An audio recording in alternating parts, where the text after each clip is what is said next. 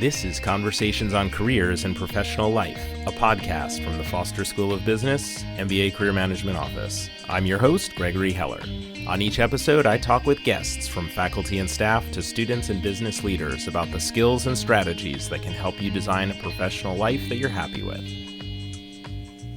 I'm very excited to share today's episode featuring my interview with Professor Andrew Haffenbrack.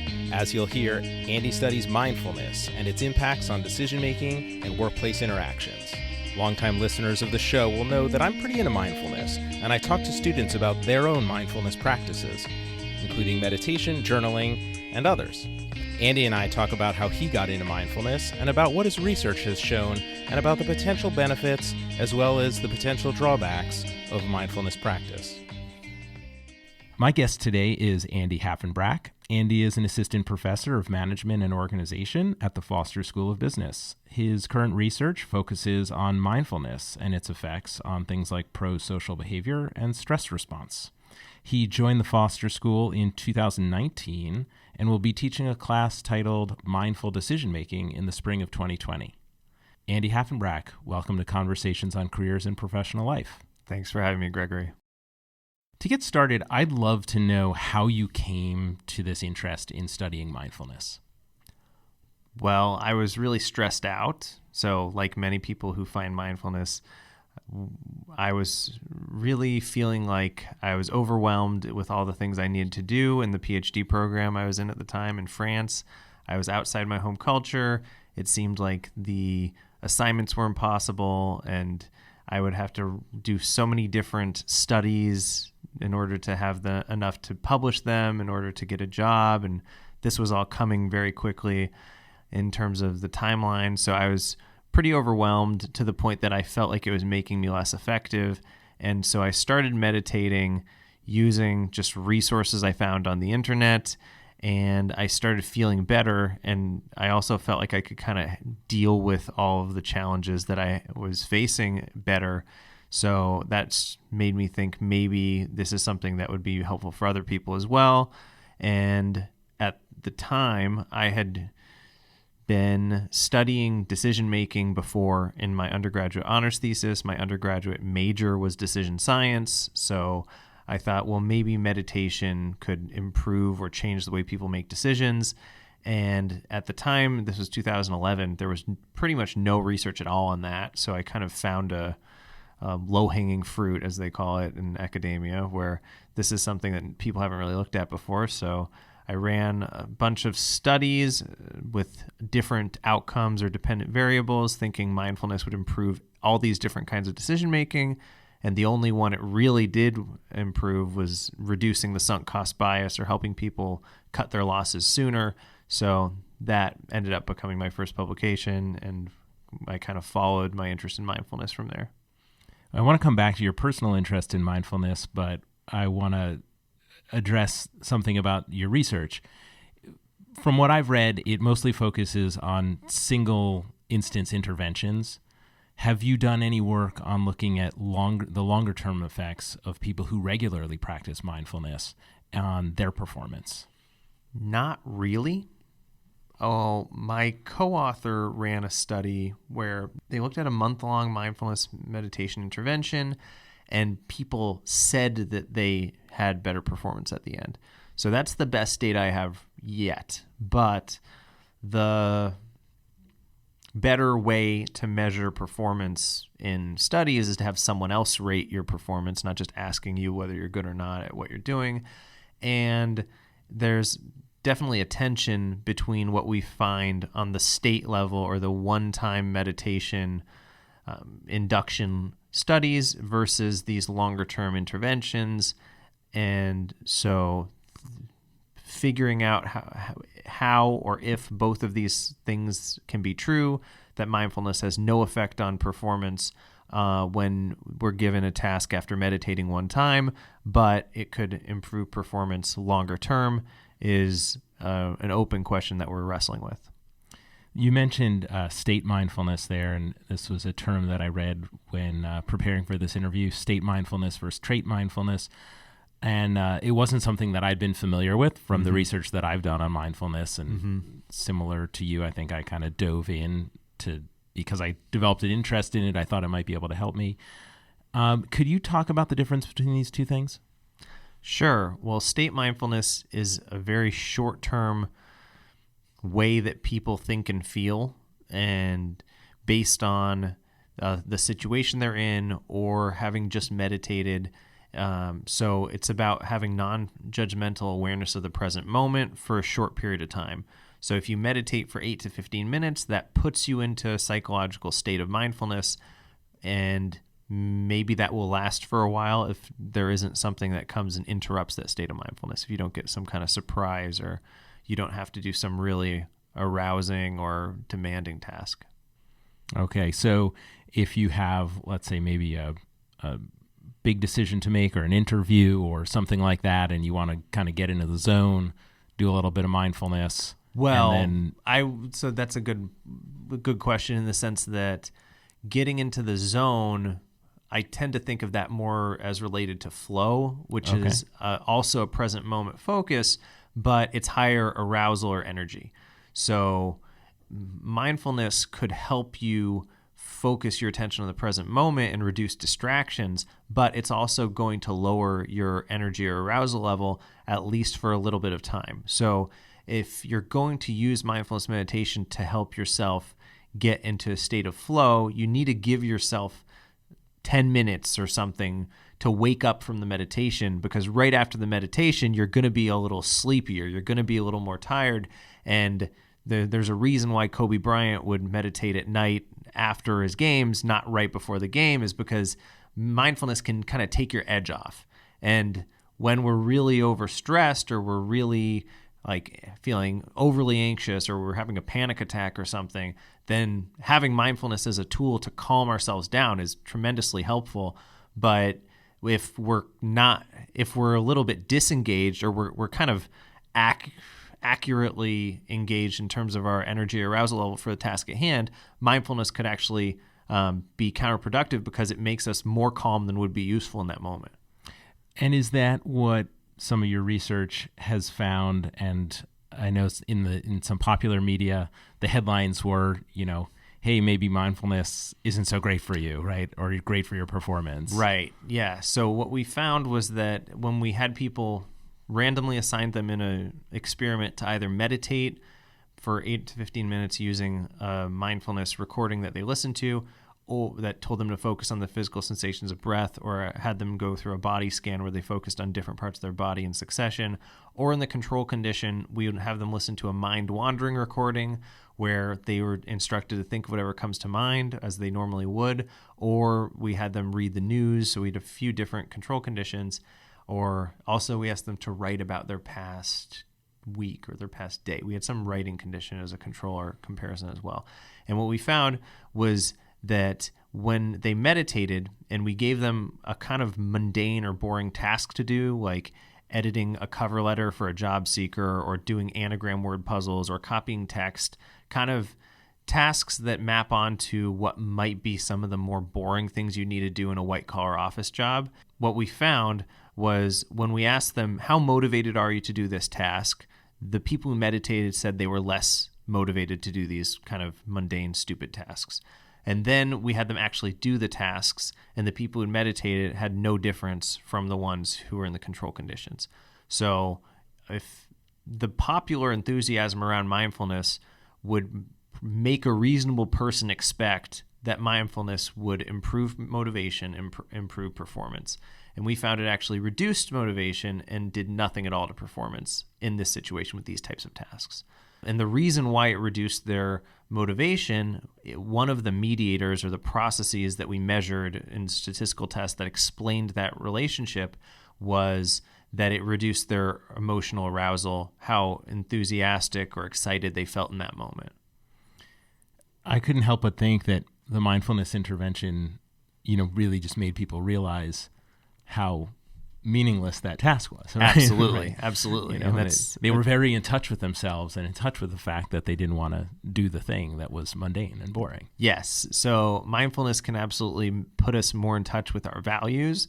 And if that's what our preferences maybe, and in this case, they may have been on autopilot and just getting through the study, okay, whatever, are you motivated? Fine, whatever, sure.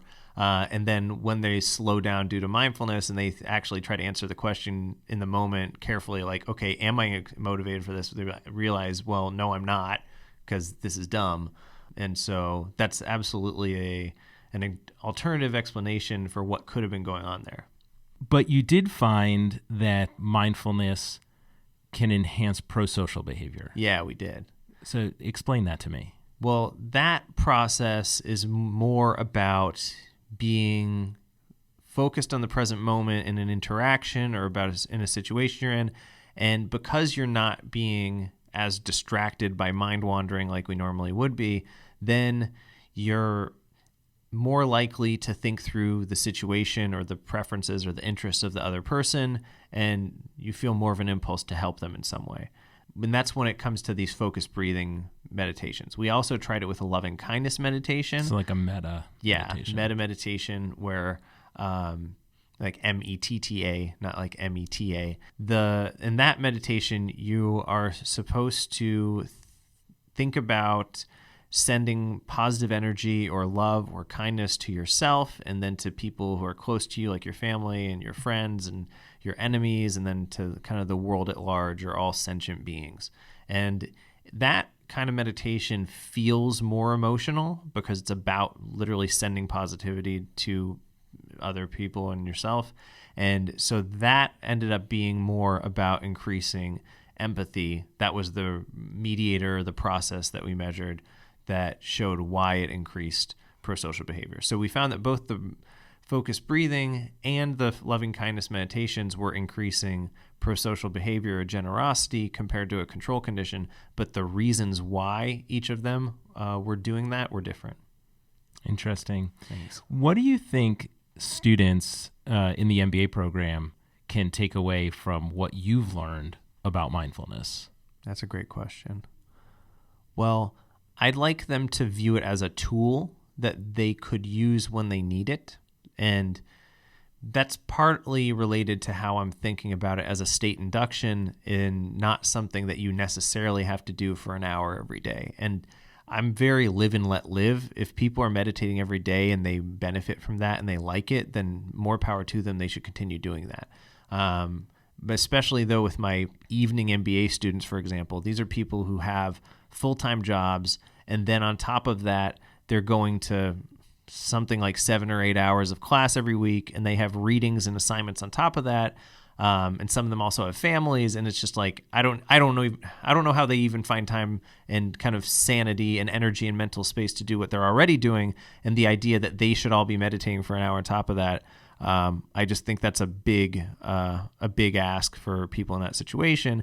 But that doesn't mean that they couldn't use these 8 to 15 minute on the spot mindfulness inductions in situations where they notice they really need kind of a mental break from what they've been engaging with or working on or worrying about, or they want to help themselves fall asleep, or it's right after lunch and they're not going to get anything done anyway. So it allows them to kind of really let themselves take more of a break and disengage. So I think that the caveat that I'd like to mention is that we have stressors in our lives. We have problems in our lives, and some of them are better dealt with by addressing them head on and engaging with them rather than kind of withdrawing inward to our breath or withdrawing inward to our own mental life. And one of the big criticisms right now of mindfulness is that it seems to be justifying some aspects of an unjust system where if the go-to coping strategy when something goes wrong is to try to withdraw into yourself, then that could stop people from engaging in political protest or political engagement or confronting someone who's mistreating them or something. So I think that asking yourself, are my negative emotions teaching me something? Because emotions are often a form of information, both other people's emotions and our own. And if we notice what that information is, a lot of the time it's going to give us some guidance of, okay, what's in discord or tension in my life right now, and what do I need to pay attention to resolve it? But sometimes we're feeling too much or too strong or non-functional or dysfunctional negative emotions for the task at hand or what our goals are. And if we realize that, I'm just ruminating over something that I can't change at this point, so I should just let it go. Or I'm really angry at this person, but I also love them so much that I'm not willing to really address it. Or they have such a short fuse, and they sometimes abuse power. I'm just not willing to pick this battle. And there are some situations where we have these kind of valid negative emotions, but for some reason we won't let them drive us where they want to drive us. And in those situations, mindfulness can help us recalibrate and recenter ourselves and focus on other things. You mentioned stress a few times. It sounds like you would describe that not all stress is bad stress. Correct. How can one tell the difference between the stress that is potentially good and maybe motivating and the stress that is perhaps self-defeating? Well, that's kind of the $1 million question. So some of the reactions I have to that are if it goes away or weakens when you achieve the thing that it's driving you towards.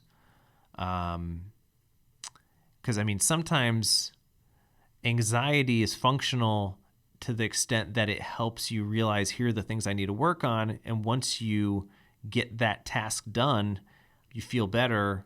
And that's that's a functional process. It's not fun in the moment because anxiety doesn't feel good and it's aversive, but it did its job. If you get to the point where you just feel a vague sense of impending doom or sense of being overwhelmed to the point that you're just not motivated to do things you usually like, that probably means you're burnt out or you have too many stressors.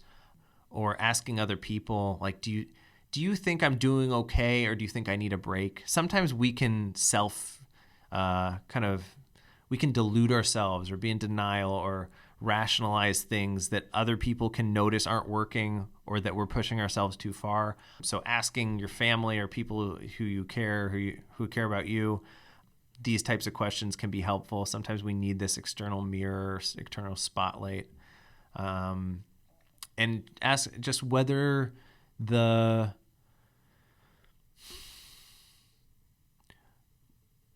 a moment of clarity or calmness or kind of expansive big picture thinking, if we think about what our goals are in that way versus what we're actually spending our time on, sometimes stress is just because we've chosen goals and the tasks that lead up to those goals are hard and it's difficult to engage in those. But sometimes stress is like, here's stuff that is getting me in the way of my goals that maybe I could find a way to not have to do this anymore. Maybe I could find a way to do this more efficiently, or maybe I could delegate it, or maybe I'm avoiding something that could help me make my life more fluid. And so in those situations, it's better to figure out how to address that rather than kind of repress or avoid it. An earlier guest that I had on this program, Polo Decano, who's here at the university as well, I think that if I remember exactly what he said stress is just information. Yeah, that's a good point. Well, I think stress is different things to different people or different researchers. So people talk about stressors, which are like the bad or challenging things in your life, and then stress in terms of the psychological responses or reactions to it, and then these physiological reactions at the end of the process, like having a higher risk of heart attacks or these fight or flight responses or amygdala hijacking or worse somatic symptoms or heart rate variability, high blood pressure. So I think it's important to think about what are the stressors in my life and are they worth it? Is there something I should do? There are some things we can do at the first stage of how do we reduce or better manage these stressors, these problems in our life. And then the second stage is, well, for the ones that are still going to be there, how do I deal with them or handle them so that I'm not ruminating as much, so that I'm not driving myself crazy, so I'm not making them into a bigger problem than they really are or need to be. And dealing at the first or second step reduces this third step of physiological reactions, because by the time you're having a panic attack, it's kind of too late. or by the time you have a heart attack, it's Right. really, really Yeah, too yeah. late. You've talked about rumination.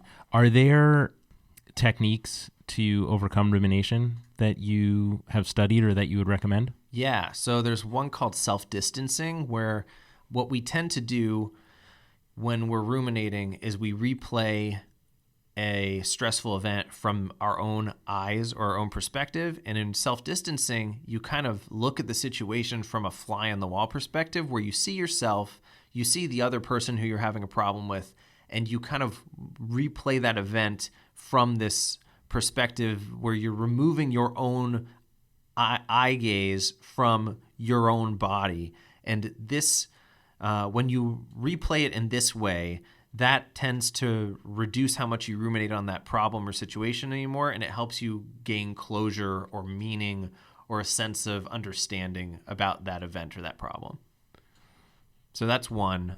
Therapeutic journaling can be helpful, because this feeling of having something to say but it's kind of more nebulous because it's just a thought going around in our mind. When we get it down on paper, it's kind of like we've processed it and made sense of it a little more deeply.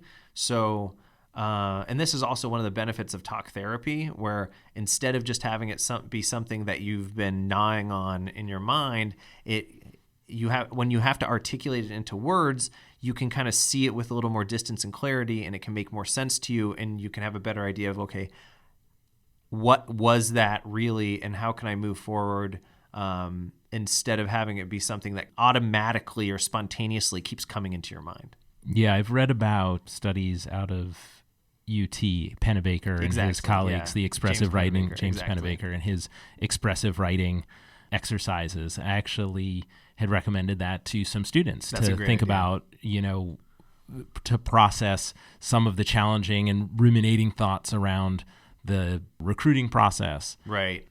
Because that's what one of his studies looked very specifically at people who are unemployed job seekers. Right. I thought, this could be really interesting. We look at how this works. But also self-compassion, in some sense, like when we're struggling, we can often have this tendency to try to avoid admitting how hard this is.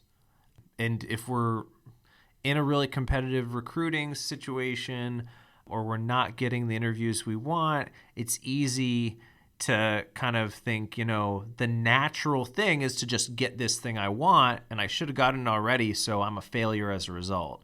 And acknowledging, there are hundreds of competent people who all want the same thing I want, and we're all doing our best. And the fact that it hasn't happened yet for me doesn't mean, I'm incompetent and I'm unworthy of love and it's never going to work out. So just validating your own situation and feelings so that it doesn't make you get into a vicious spiral or a vicious circle, I think can be really valuable and help you be more resilient in the face of what are definitely some frustrating and stressful situations. I think one of the best ways to think about that self-compassion is what Kristen Neff says, what would you tell a friend? Mm-hmm. Right. That's great. Rather than what's going on in your head, which is perhaps those ruminating, negative self-talk. What would you tell a friend in the same situation? That's a great idea. Yeah. Let's go back to your own personal practice and path towards meditation. So you said that, you were in the midst of your stressful studies and you found resources online. Do you continue to practice mindfulness? Yes, but I've listened to so many of these recordings that I kind of know what they say. And because I've done it enough, I feel reasonably capable of not listening to them anymore and just doing what I know the instructions tell you to do in the meditation. And I don't really use that many resources at this point unless I'm like teaching a class, because in my experience, it's really, really difficult to keep your focus on what you're supposed to focus on in meditation for the first few weeks or months when you're doing it. And eventually it gets a little bit easier where you start to notice without someone reminding you that your mind has wandered away. So I think it's really valuable to have recordings because it has the benefit of these reminders, which the more you get distracted from, which is a natural and normal part of the meditation, the more helpful it is, you have the voice reminding you to go back to it, which is why if you just hand someone a piece of paper that says, focus on your breath constantly for the next 15 minutes, go, I mean, it's just not going to work. Right. I'm going to think about everything but my breath probably for the next right. 15 minutes. And you were a bit ahead of the curve in your discovery in this sort of recent boom in meditation, because that was probably before there were all these apps available. Well, they weren't as popular at the time. So I think I definitely got lucky in the timing of my interest in this research question, because when I was talking to professors who I was trying to convince to do this project with me in summer of 2011, the feedback I was getting was like, this is too woo-woo. This is too weird. Like, this is not business related. This is not even psychology related necessarily. So I had to try several people, both in the school I was at and also the school I was trying to run the study at in their lab, before I got people to give this a go. But I think that was also in some ways helpful for me to have these kind of rejections from potential advisors early on, is because it forced me to clarify my thinking and justify it and come up with like what I now realize was a pretty well-developed proposal, because I didn't think that I'd be able to convince people without really going deep into the literature and reading and trying to make these connections to show this is exactly why this project makes sense and exactly why it could be having some of the outcomes that I think it could have. And now here we are on the cusp of 2020, and all these top companies have meditation programs. Google has the Search Inside Yourself program, which is spun out of Google. Yeah, they've franchised it. And then you have meditation rooms at Salesforce and probably many other companies. Yeah. Thrive Global, Arianna Huffington's efforts. Right. I know she's been a little bit critical of the findings of your study, right? Yeah, that was funny. Do you think it's getting overblown? Do you think it's getting co-opted by big companies and business leaders? Well, I mean, the reason that I want to mention the caveat I did earlier, and I want to talk about stress before we talk about stress reactions, before we talk about physiological reactions, is that within the context of a portfolio of different tools and kind of a big picture understanding of, what's going on and are these the risks or costs I want to incur in my life, mindfulness is a very useful tool. The problems, well, there are a few problems, but other than the one of it justifying the system, is this feeling that sometimes some business people or executives can think that mindfulness will absolve them of responsibility, because if my employees are stressed, I've already given them a tool to reduce their stress by providing a mindfulness program. So if I'm contributing to some of these stressors, like making them all work 12 hours a day, or not providing some resources that would be really reasonable and helpful and I could provide for them, then maybe it would have been better to try to reduce the reasons they're stressed than giving them this kind of Band-Aid solution once the stress is already there. This is a very gray area, though, and it's hard to know, where do you draw the line on how much companies should try to take care of their workers, either materially or psychologically, and also whether employees will trust their employers' intentions when they're providing mindfulness. I think if the company is trying to do right by their workers in many different ways, then mindfulness is probably a cherry on top that is actually something they would trust as being beneficial. But if a company is kind of neglectful of their employees in most ways, and then they all of a sudden throw out a mindfulness program, say, oh, this is going to be great for you guys, then I think employees would naturally view that with suspicion. And so I think overall, mindfulness is a beneficial thing. I think the risk of people feeling like it checks the box of, okay, I've addressed employee well-being because I've done this, now let's move on to the real business that we have to worry about, is something that can happen. Do you think that there's hypocrisy or conflict with companies that are creating technologies, services, products that lead to less mindfulness, touting mindfulness within their companies. Like, can you be mindful as you are creating a product that does not foster mindfulness, or that does the exact opposite of helping people be mindful? This question of almost inequality, like, I deserve to be mindful, but, my customers don't. Or that's an interesting question.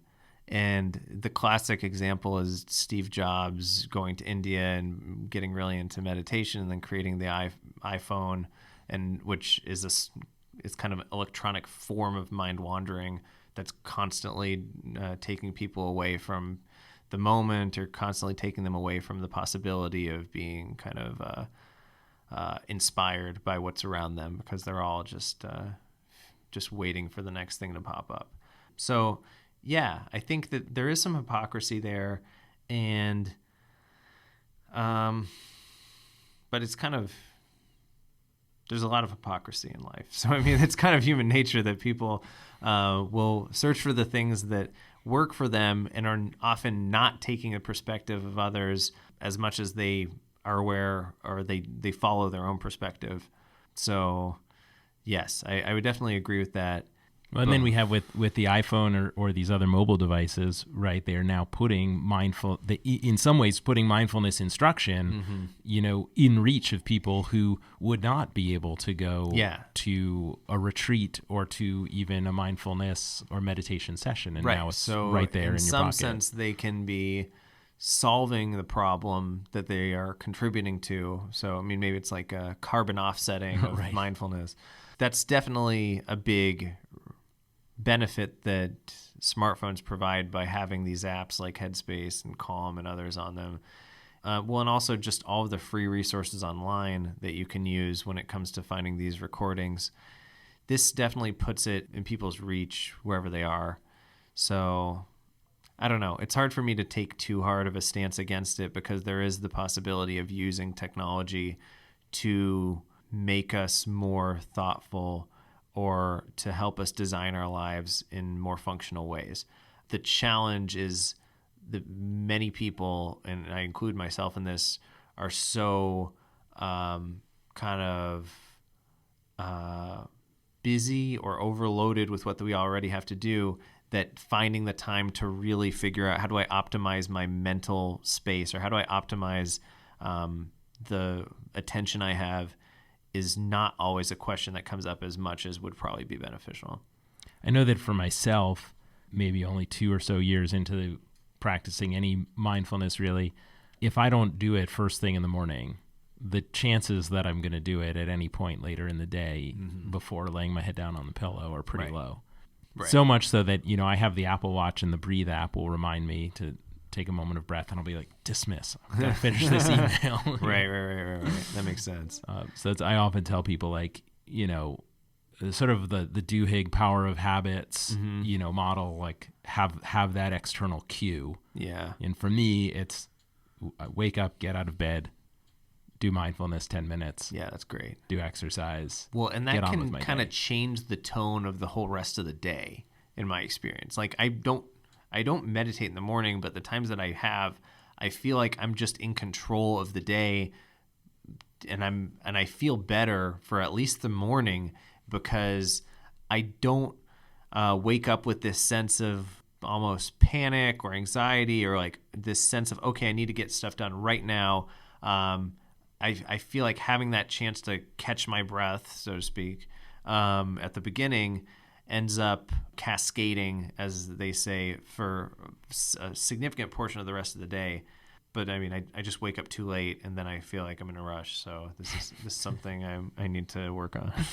A New Year's resolution for 2020. Yeah, that's a good idea. I would love to, since you are a professor here and you are going to be teaching a class, and it is an elective, can you give me a sense of what the class covers? Well, it's called Mindful Decision Making. So we're definitely going to talk about mindfulness and the different forms of mindfulness, both trait and state, training, short-term, long-term. loving kindness. We're going to talk about different types of meditation. We're going to talk about the outcomes that people have found in studies. I haven't decided how often we'll actually do meditations. It might become something we do at the beginning of every class for 5 to 10 minutes. It could be something we only do in a couple of different classes when we talk about those specific meditations. We're also going to talk a lot about decision making, on happiness and meaning, these questions of like, what are we really trying to optimize? And if we understand our own identities better, can we make decisions that are better aligned with our long-term goals or what's really going to satisfy us?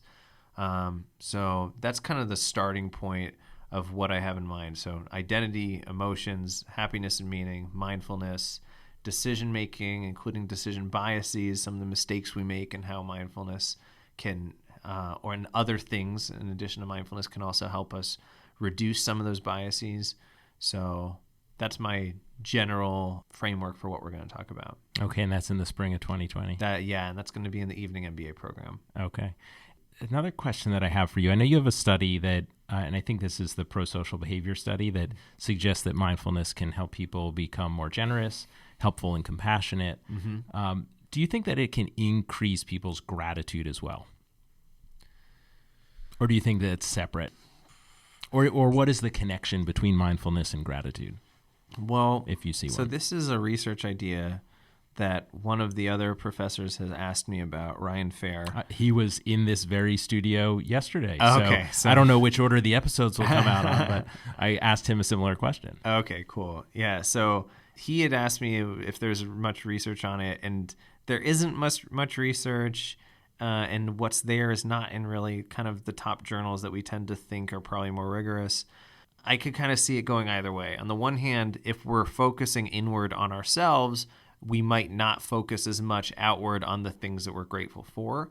But if our value is that we really are deep down grateful, and by engaging in mindfulness, it reduces how much we get wrapped up in other distractions, and it puts us more in touch with our deeper down values, then I could see it actually increasing. So I think it's probably moderated, or the boundary condition, whether it works or not, could have something to do with whether gratitude is one of these deep down values people hold or not.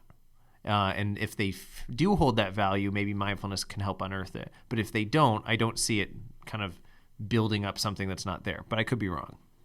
Or perhaps there's a particular mindfulness prompt or mindfulness combined with some other gratitude practice, like a gratitude journaling or something like that, might have amplification effects on each other. Definitely. Or because mindfulness reduces negative emotions, it creates this, I don't want to say void, but just this open place that could be replaced by positive emotions, or it could just be calmness where you're kind of neutral. But it would at least increase the possibility of gratitude if the more negative kind of automatic or reflexive thoughts we might be drawn to are reduced or cleared out. So I think that could be how it would work. But in a lot of the studies I've run, what we do is we have the participants meditate or not, and then we would usually as manipulation checks or as mediators ask them about their positive and negative emotions. And we know that positive and negative emotions are two separate things. They're not just a spectrum. It's not like when you reduce the feelings of negative emotion, you automatically feel really positive. Like you could feel neither. You could just feel neutral, not positive or negative. You could feel ambivalent, where you're both positive and negative. You just feel really conflicted about something.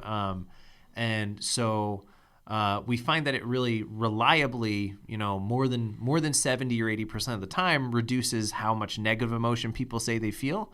But it's more like 30% of the time that it increases the positive emotion. So it feels like it creates this space where the negative emotion is reduced, but whether that space is filled by positive emotion is a lot more variable. So for further study. Yeah. Maybe coming from the Foster School of Business. Maybe. At some point in the future. Yeah, right. No promises.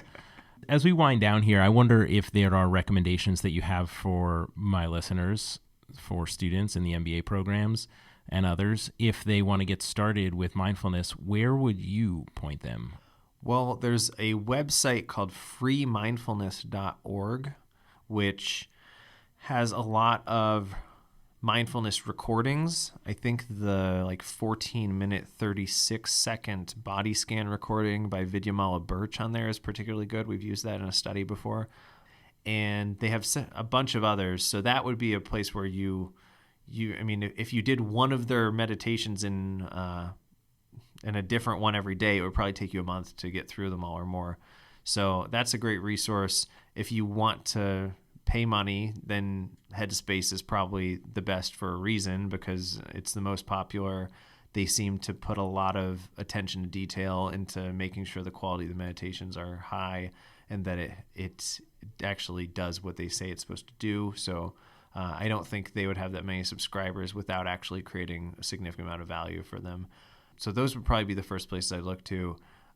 There are also a lot of mindfulness teachers, and people sometimes benefit from having the structure around, I know I need to go to this mindfulness session or class, and so that can be beneficial, or if you want the social interaction. Yeah, I should interject there that the IMA here on campus has a mindfulness program. Great. So students can avail themselves of resources down at the IMA. I am a Headspace user, but I'm also a 10% Happier user, and I've downloaded a number of other apps and like to try various different ones out so that I can give people different recommendations. But there's no shortage of them, that's for sure. Great. Yeah. Well, and I'd also suggest that don't feel too guilty if you don't meditate, because we know from this research that if you meditate one time for 8 to 15 minutes, even if you've never meditated before, it immediately changes how you feel. So if you're really busy and you're kind of doing pretty well and you don't feel like you need it on a given day, that's okay. And because there could be whenever there's some kind of invasive intervention, usually this is talking about surgery or something, but the more invasive an intervention is, the more of a risk of some kind of unintended downstream outcome that is hard to foresee and maybe negative. And there is some research, at least anecdotal stories that I've read about the negative impacts or negative effects of meditation, particularly on people who might be dealing with trauma or stress of certain sorts. Right. So it is not a panacea no. by any measure. And these dark nights of the soul where people can sometimes... one of the ideas that you hear about meditation is an idea of transcending the ego, or kind of clarifying your vision, your understanding of who you are, and reducing the false self, or disconnecting this relationship between the narrative self and the experiential self. So the stories you tell yourself about who you are and what you actually experience in life, and the different parts of the brain that those are kind of show up. And some things about our sense of self are functional. And if we feel disassociated, or if we feel like our life for some reason might have less meaning because we don't feel as connected with what we're doing or other people or something, then that there are also some possibilities of there being counterproductive or some other negative consequences that come with mindfulness. So, making sure you think of it as a tool which does work in a lot of different situations, but it's at least when I think about it as a on-the-spot intervention with these short-term mindfulness inductions, a metaphor that I like is how you're taking a pill because you have a headache. The company who provides pills has to show on the pill bottle what the side effects are, and you make the decision, okay, is my headache bad enough that I want to take the risk, or in the past I haven't had those side effects, so maybe it won't happen for me and when I try it again.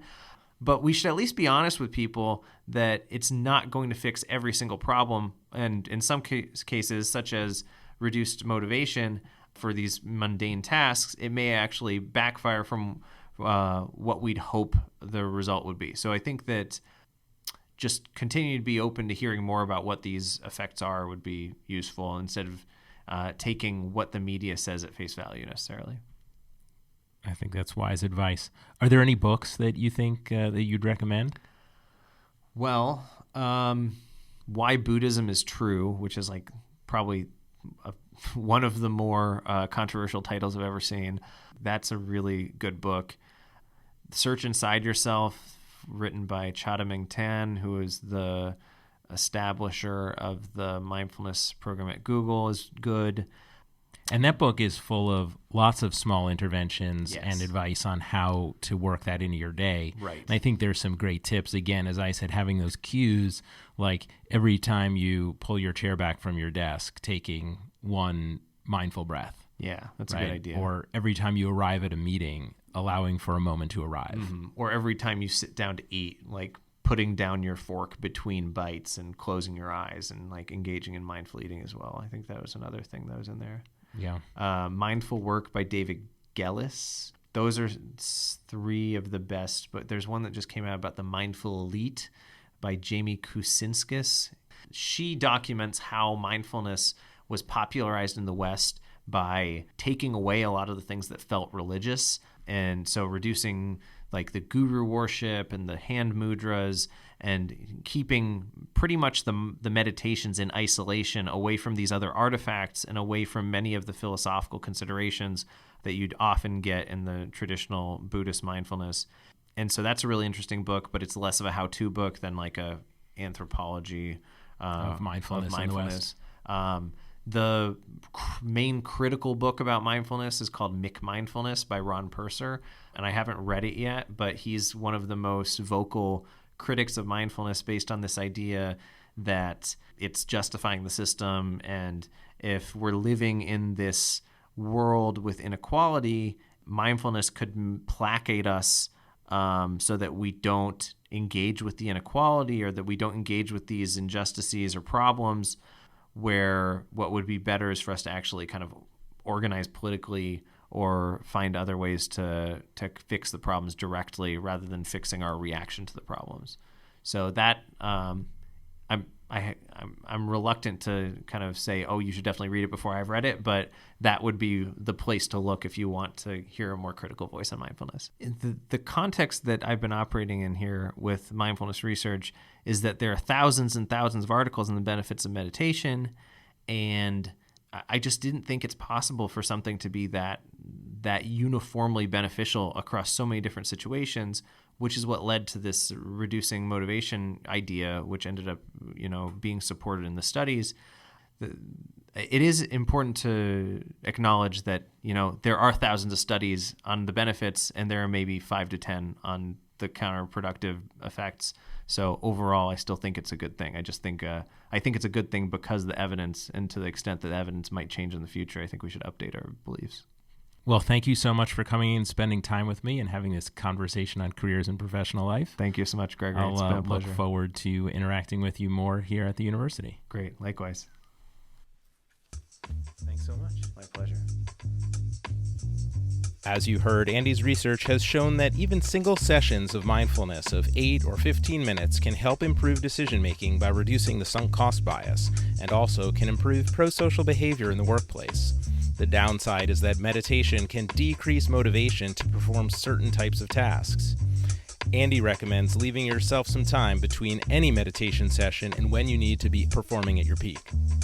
Andy and I talk about a variety of apps that are available, including many that I've used, such as Headspace, 10% Happier, and Calm, which all have a subscription cost after a few sessions. There are many free or freemium options, including Insight Timer, Oak, and Healthy Minds. If you'd like to hear me go into more details about each of these apps, drop me a line at gheller@uw.edu. Andy and I also discussed some books and even podcasts. Not all of the information made it into the episode. I'd add Meditation for Fidgety Skeptics by Dan Harris and his podcast and book, 10% Happier. All of this information will be in the show notes. Thank you for listening to another episode of Conversations on Careers and Professional Life.